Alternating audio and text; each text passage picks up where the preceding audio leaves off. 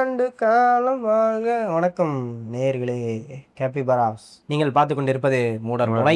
நான் உங்கள் யோகேஷ் கிருஷ்ணா. ஸோ இப்போ கண்டென்ட்டுக்குள்ளே போயிடும். சொல்லுங்கள், என்ன பேச போகிறோம்? என்னடா மக்களே, ஒரு விஷயம் ஒன்று, சூப்பரான விஷயம். இப்போது உங்களுக்கு ஒரு சேலஞ்ச் இருக்குன்னு வைங்க. உங்களோட ஸ்கில் ஒன்று இருக்குது, உங்களோட சேலஞ்ச் ஒன்று இருக்குது. உங்களோட ஸ்கில்லை விட உங்கள் சேலஞ்ச் வந்து அதிகமாக இருந்துச்சு அப்படின்னா அது உங்களுக்கு கடுப்பாக இருக்கும். இப்போ இவ்வளோ கொடுத்துட்டாங்க, என்னடா அதை எப்படா முடிக்கிறது அப்படிங்கிற மாதிரி. அது உங்கள் சேலஞ்சோட உங்கள் ஸ்கில்லு வந்து அதிகமாக இருந்துச்சுன்னா அது போர் ஆகிடும். இதெல்லாம் ஒரு மேட்ரா, இதை போய் உட்காந்து பண்ண சொல்கிறாங்க இவ்வளோ நேரம் சை. அதே உங்களுக்கு எப்போ வந்து உங்கள் சேலஞ்சும் உங்கள் ஸ்கில்லும் வந்து சரிசமமாக வந்து அமைதோ உட்காருதோ அந்த டைம் வந்து நீங்கள் ஒரு மோடுக்குள்ளே போவீங்க. அதுதான் வந்து ஃப்ளோ ஸ்டேட். அது ஹெவன் மோடு.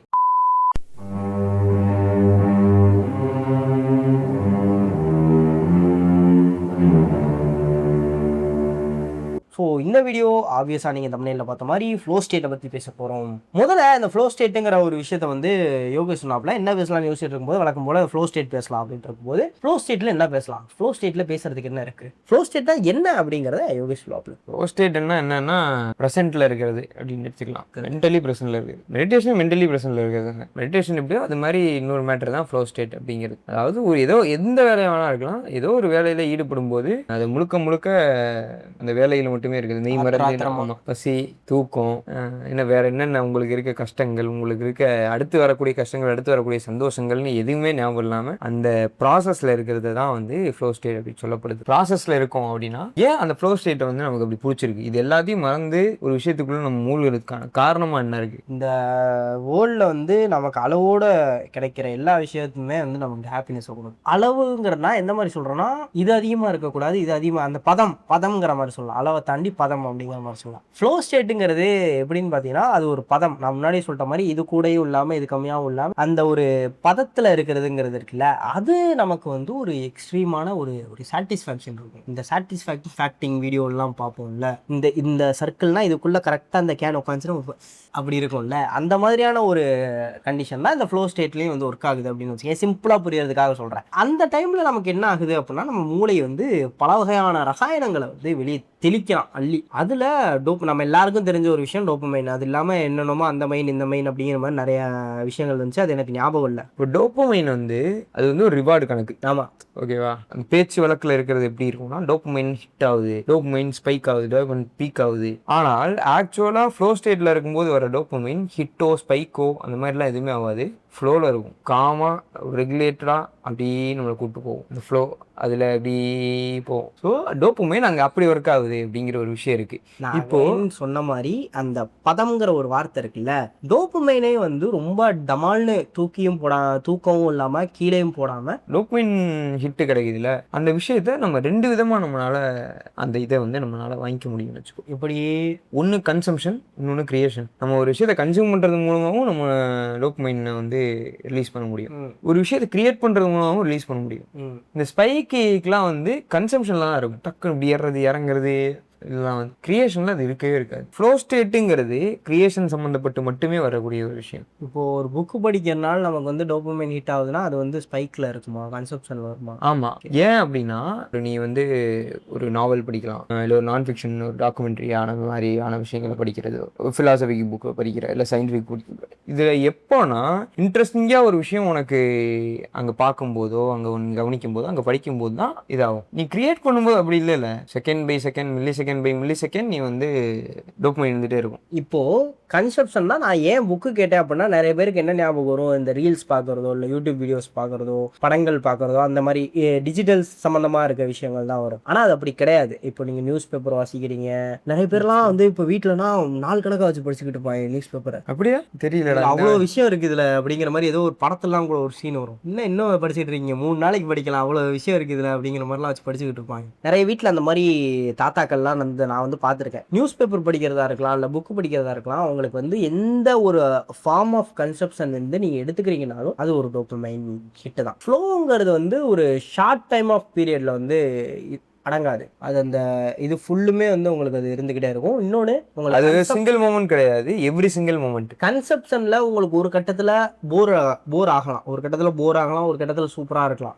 என்ன இந்த நியூஸ் நல்லாவே இல்லை, என்ன இந்த சாப்டர் வந்து நல்லாவே இல்லை. ஆனால் உங்களுக்கு கிரியேஷனில் வந்து ஒவ்வொரு விஷயமே சூப்பராக இருக்கும். இப்போ கிரியேஷன்னா அகைன் நான் இதையும் இங்கே தெளிவுபடுத்திக்கிறோம். நம்ம ஆக்டிவிட்டியாக ஒரு விஷயம் வந்து நம்ம செய்யும்போது நம்ம பாடி அண்ட் மைண்ட் ரெண்டையுமே லாக் பண்ணி ஒரு விஷயத்த வந்து செய்ய நிறுத்தி டிராவல் பண்ணும்போது நடு மையத்தில் நிறுத்தி பண்ணும்போது கிரிக்கெட் பிளேயர்ஸாக இருக்கலாம் இல்லை ஃபுட்பால் பிளேயர்ஸாக இருக்கலாம், அவங்க அது விளாடும் போது இல்லை சிங்கர்ஸ் வந்து பாடும்போது வாசிக்கும் போது அந்த மாதிரி நம்ம ஆக்டிவிட்டியாக ஒன்று பண்ணுறோம், கன்சியூம் பண்ணாமல் ஆக்டிவிட்டி கூட ஒன்று பாடி மைண்டை ரெண்டையுமே அப்படி இது பண்ணுறோம் அப்படின்னா அங்கே ஃப்ளோ ஸ்டேட் வந்து ஃப்ளோ ஆகுது. ஃப்ளோ ஸ்டேட்டில் டோபமைன் ஃப்ளோ ஆகுது. நான் அதையும் இங்கே சொல்லிக்கணும்னு நினைக்கிறேன். ஏன் ஒன்று நம்ம கிரியேட் பண்ணும்போது டோபமைன் ஃப்ளோ ஆகுது, அதே நம்ம கன்சியூம் பண்ணும்போது ஸ்பைக் ஆகுது. நம்ம மூளை வந்து ஏன் அந்த மாதிரி டிசைன் ஆகிருக்குன்னு நீங்கள் நினைக்கிறீங்க? ஏன்டா கேட்குறியா? ஆமாம், சயின்டிஃபிக்காக எனக்கு தெரியல. ஆக்சுவலாக நானே என்னோட தியரி தான் சொல்ல போகிறேன். ஸோ இவன்கிட்ட கேட்குறேன், எதனால இருக்கு? கன்சம்ஷன் அவுட்வர்ட்ஸில் இருக்குது, அது வெளியே சார்ந்து தான் இருக்குது. அந்த புக்கில் என்ன இருக்கோ அந்த ரியலில் என்ன இருக்கோ அதை சார்ந்து தான் உன் டோபமைன் வந்து ரியாக்ட் பண்ணணும்னு வச்சுக்கோ. ஃப்ளோ ஸ்டேட்டுங்கிறது எப்பயுமே இன்வர்ட் அப்படின்னு நினைக்கிறேன் நான். நீ உன்னை சார்ந்து உன் மனத்தை சார்ந்து இருக்கும்போது அது ஃப்ளோ அப்படிங்கிற ஒரு விஷயத்தில் இருக்குது அப்படின்னு நினைக்கிறேன். உனக்கு என்ன, நீங்கள் என்ன நினைக்கிறீங்க? எனக்கு மனித இனம் படைக்கப்பட்டதுக்கான காரணமே வந்து ஒன்று படைக்கிறதுக்காக ஒரு விஷயம்தான். I am created for creating something. அந்த மாதிரி மிருகங்கள் மற்ற உயிரினங்கள் எதையுமே வந்து ஒரு விஷயத்தை உருவாக்கலை, கிரியேட் பண்ணல.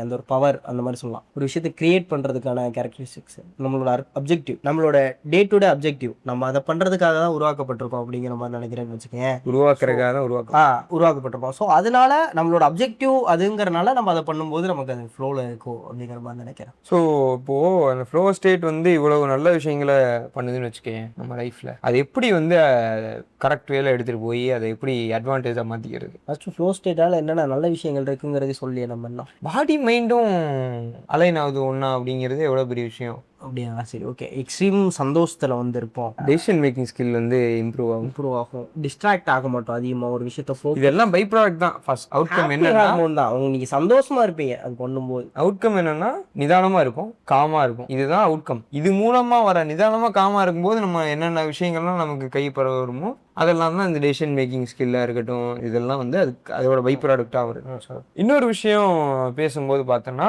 இந்த ஹாப்பியாக இருக்கும் அப்படிங்கிற ஒரு விஷயம் இருக்குல்ல. ஹாப்பிங்கிறது உனக்கு எப்போ வரும்னா ப்ரெசன்ட் மொமெண்ட்டில் வாழும்போது. இப்போது ஃப்ளோ ஸ்டேட்டுக்கும் இந்த ப்ரெசன்ட் மொமெண்ட்டில் வாழ்றதுங்கிறதுக்கும் நிறையா ஒத்து போகும்னு வச்சுக்கோ. ஃபார் எக்ஸாம்பிள், நம்ம வர்ற அவுட்கம்மை ஃப்ளோ ஸ்டேட்டில் யோசிக்க போகிறதே கிடையாது, ப்ராசஸில் தான் இருக்க போகிறோம். அப்படிங்கும்போதே உனக்கு உன்னோட ஹாப்பினஸ்க்கான கையெழுத்தை போட்டு கொடுத்த கணக்கு தானே. அது ஜெயிக்கையோ இல்லையோ நம்ம பண்ணுறது தான் அதுக்கான ஃப்ளோ ஸ்டேட் வந்து ப்ராசஸை தான் ஃபோக்கஸ் பண்ணுது.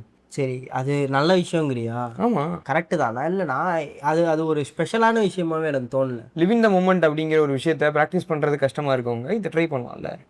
அப்படி சொல்லலாம். யூஸ் பண்ணிக்கோங்க.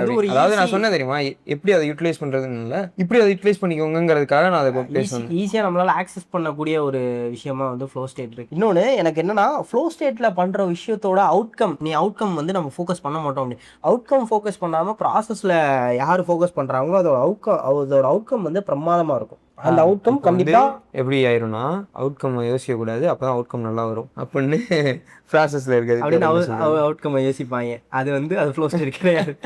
அப்படி யாரும் யோசிக்காதீங்க. Flow state is flow state.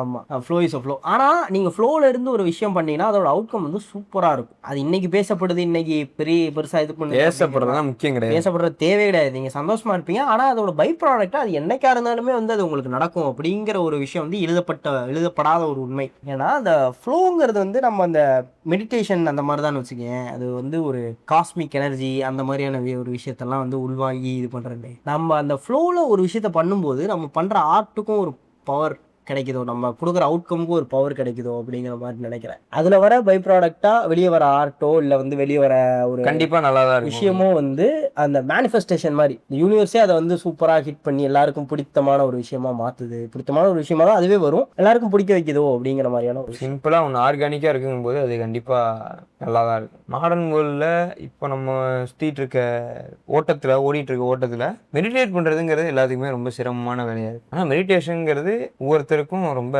எசென்ஷியலான ஒரு மேட்டரா இருக்கு. பெரிய விஷயமா தெரியுது, இல்ல ரொம்ப தேவையான ஒரு விஷயமா இருக்கு. ஆனா பண்ண முடியாம ரொம்ப எங்கேயோ தூரத்துல நம்மளை விட்டு தாண்டி எங்கேயோ இருக்க மாதிரியான ஒரு விஷயமாவும் இருக்கு. அதுக்கு நிறைய காரணங்கள் இருக்குன்னு வச்சுக்கோ. அது சில இதுக்குள்ள முடக்கப்பட்டுருச்சு. தியானம் அப்படின்னாலே வந்து இதுதான் அப்படிங்கிறது. அதை தாண்டி நான் பண்ணணும்னு நினைக்கிறேன், என்னால் பண்ண முடியல அப்படின்னு நினைக்கிறவங்க ஃப்ளோ ஸ்டேட்டை வந்து இது பண்ணிக்கிறதுக்கு ட்ரை பண்ணுங்க. ஏதோ ஒரு விஷயத்துல எனிவேர் டவரா நீங்க யூஸ் பண்ணி மெடிடேஷனுக்குள்ள போகலாம். ஆமாம், இல்லை மெடிடேஷனுக்குள்ளே போக முடியுமாங்கிறது கொஞ்சம் இது. இப்படி வந்து நம்ம அப்பயே நான் சொன்ன மாதிரி ப்ரெசன்ட் மூமெண்ட்டில் இருக்க ப்ராக்டிஸ் பண்ணுறோன்னா அது ஆப்வியஸாக மெடிடேஷனுக்கு கொஞ்சம் ஒரு உந்துகோலாக இருக்கலாம். ஸோ அதான் மெடிடேட் பண்ணுறீங்களோ இல்லையோ ஃப்ளோ ஸ்டேட்டுக்கு வந்து உங்களை நீங்கள் தயார்படுத்தி கொள்ளுங்கள். அதை நீங்கள் கொண்டு வர முடியாது, அது உங்கள்கிட்ட வர்றதுன்னா நீங்கள் அதுக்கு ரெடியாக இருக்கும். அதுக்கேற்ற சூழலை வந்து உருவாக்குங்க. இன்னொரு விஷயம் என்னென்னா when flow state arrives ego disappears. Flow ஸ்டேட்னா என்ன? தன்னைத்தான் மறந்து ஒரு விஷயத்தில் ஈடுபடுறது தான். இதுதான் நான் அப்படிங்கிற ஒரு விஷயம் இல்லாமல் இருக்கிறது தான் ஈகோ லெஸ் அப்படிங்கிறது வந்து இருக்குன்னு வச்சுக்கோங்க. நீங்கள் யாருங்கிறதே மறந்து நீங்கள் ஒரு வேலை பண்ணிட்டு இருக்கீங்க, அப்போ உங்கள் ஈகோ வந்து அங்கே தகர்க்கப்படுது. ஸோ அப்படி வந்து இருக்கக்கூடிய மிகச்சிறப்பு மிக்க ஒரு விஷயமா இருக்கக்கூடிய ஒரு ஃப்ளோ ஸ்டேட்டுக்கு உங்கள் உடம்பையும் உங்கள் மைண்டையும் ரெடி பண்ணிக்கோங்க அப்படிங்கிறத இந்த வீடியோ மூலமாக நான் சொல்லிக்கிறேன்.